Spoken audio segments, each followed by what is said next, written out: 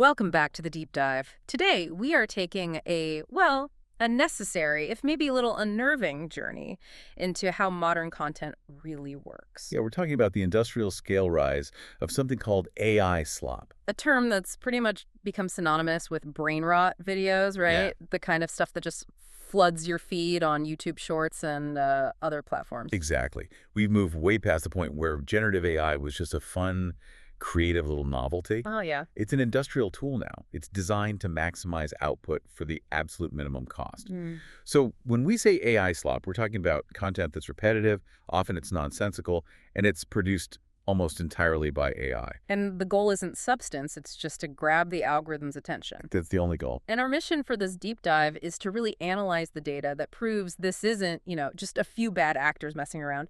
We're looking at a huge study by Kapwing. And their data is from October 2025, so it's very current. It quantifies this whole phenomenon and shows just how aggressively these algorithms are now prioritizing sheer volume over, well, over quality Creativity. or creativity. So let's just get right to the core finding because it really does set the stage. It does. The Kapwing study estimates that anywhere from 21% to a staggering 33% of YouTube's entire content feed might be this AI slop or brain rot It's material. up to a third? Yeah. That's almost hard to comprehend. It's a massive chunk, and that's the overall feed. Right, but what if you're a brand new user? I found this part fascinating. The researchers created a totally fresh YouTube account. To simulate that new user experience. And they just scrolled through the first 500 shorts it showed them. The result was even more stark. 33%, a full third of those first videos were brain rot content. And within that third, 21% were specifically identified as being generated by AI. Think about that.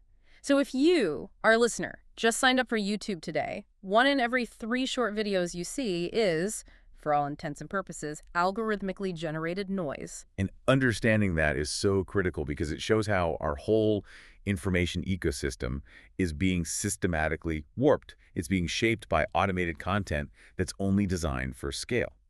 Let's unpack this volume problem. Okay, so the methodology Kapwing used here, it gives us real confidence in these numbers. This wasn't just, some anecdotal scrolling. Right, they were systematic. Very.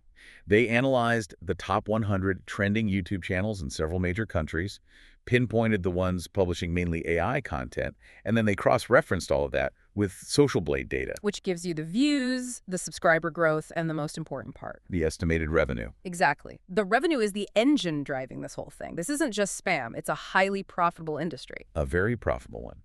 The study estimates these channels, which take minimal human time or effort, are pulling in millions of dollars a year.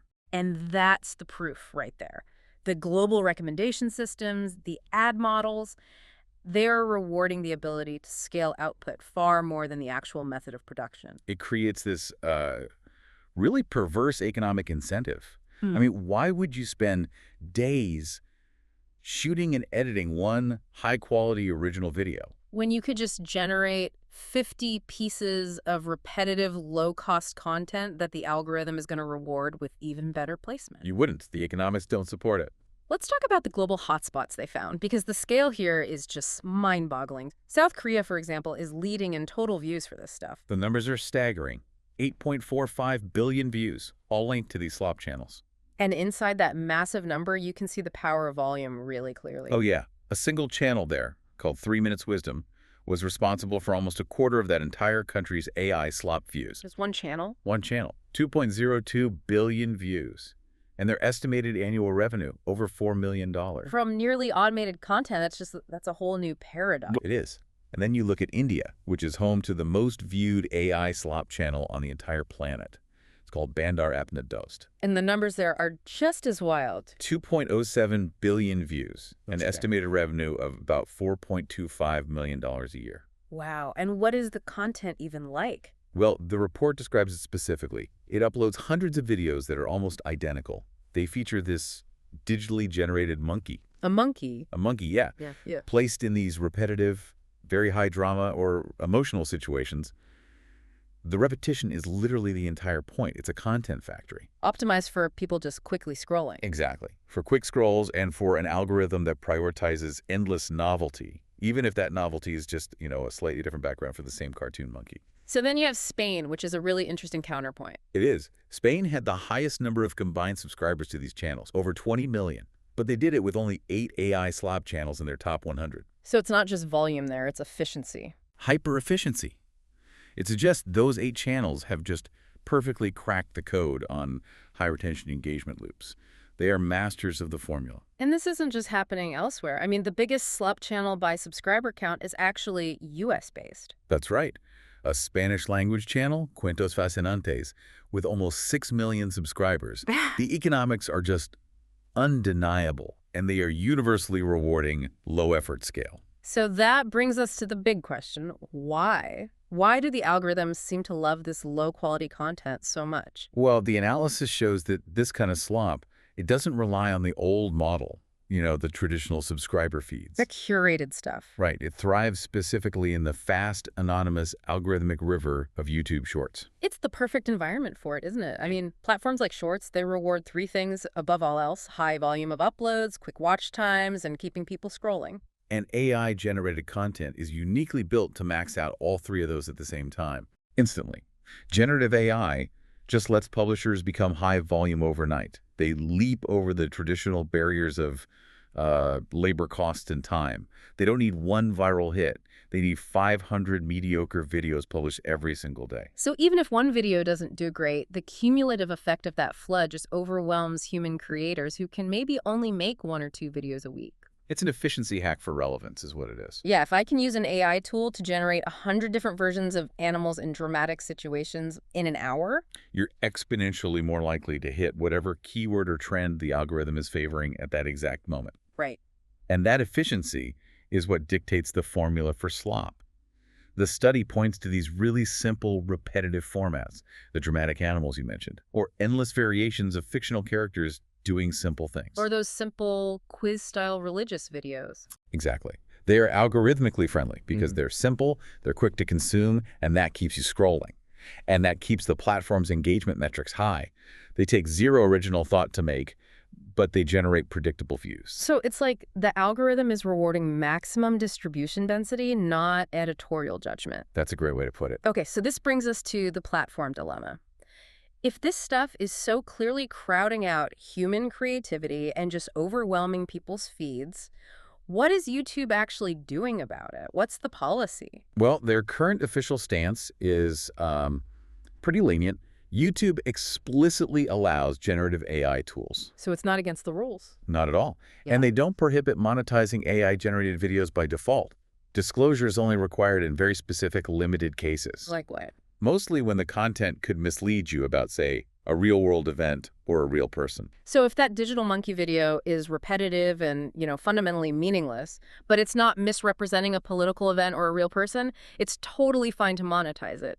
Under the current YouTube Partner Program rules, yes. It's a huge loophole. It seems like it. It is, because YouTube hasn't publicly set any kind of clear threshold for when repetitive content crosses the line and becomes, spam or something that's ineligible for monetization. If it passes the basic community guidelines, the volume game is just allowed to continue. And the leadership's perspective seems to really reinforce that. The CEO of YouTube, Neil Mohan, he defended using generative AI. Right. He had that quote suggesting the tool itself isn't the problem. Yeah, he said something like, the genius is going to lie in whether you did it in a way that was profoundly original or creative. He goes on to say, just because the content is 75% AI generated doesn't make it any better or worse than a video that's 5% AI generated. Okay, I can see the defense of the technology there. AI as a creative partner. But then he ends with, what's important is that it was done by a human being. And that's the part that just completely sidesteps what the Kapwing data shows. The tool isn't being used for profound originality when it's saturating a third of the feed. Precisely. It's being used for unoriginal, high-volume spam.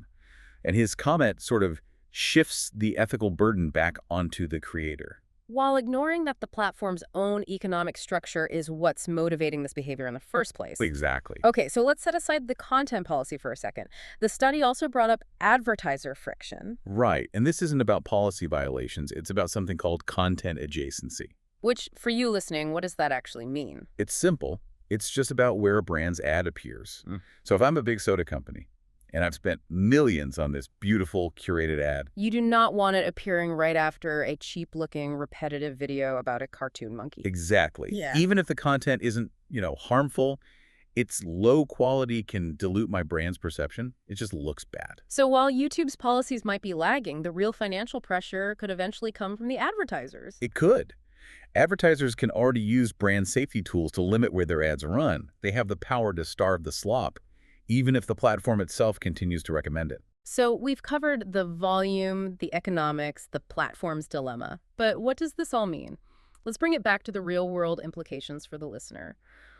Why does a digital monkey making millions of dollars matter beyond just, being annoying? It's about the cognitive risk. This is way more than just an annoyance. It actually affects how we process information, how we form our beliefs. Because repetitive exposure to things, even if they're obviously fake, can reinforce false beliefs. That's it. It's a documented psychological phenomenon called the illusory truth effect. Right. The more you see something, the more you believe it's true, regardless of the facts. And in the context of these 15-second, high-volume, endlessly looping videos, that effect is just put on steroids. The brain is wired to trust what it sees most often. And the risk just scales up exponentially when you think about nonfiction uses. AI tools make it so cheap to produce politically or ideologically motivated content at a massive scale. If it costs practically nothing to generate millions of views pushing a specific worldview through sheer repetition, the potential for influence is, frankly, terrifying. Yeah, and this leads to another critical problem: our dependency on the algorithm. Exactly. A researcher named Eric Salvaggio makes this argument that this sheer excess of information, this flood of slop, it doesn't create more informed people. It just turns the entire information landscape into overwhelming noise. And when you're faced with overwhelming noise, what do? You become more dependent on the algorithm to filter it all for you, to decide what you should see. So the algorithm effectively becomes the arbiter of what you trust, of what you think is important or real. And since that algorithm is designed to prioritize engagement and volume, not credibility or truth, the quality of our public discourse just inevitably spirals downward. The Kapwing report really sums it up perfectly. It says that the unchecked growth of this stuff may fundamentally reshape online media. Creating an environment that just prioritizes scalable engagement metrics above everything else, above creativity, above credibility, and above public trust. So, to synthesize this whole journey we've been on, The data really confirms it. A very small number of AI-driven, high-volume channels can capture a huge, disproportionate share of views and money across the globe. and this creates a massive financial incentive that actively rewards the cheapest, most repetitive content imaginable. Which drives overall content quality down while the revenue just skyrockets. It's the ultimate automated gold rush, and it sacrifices quality for clicks every single time.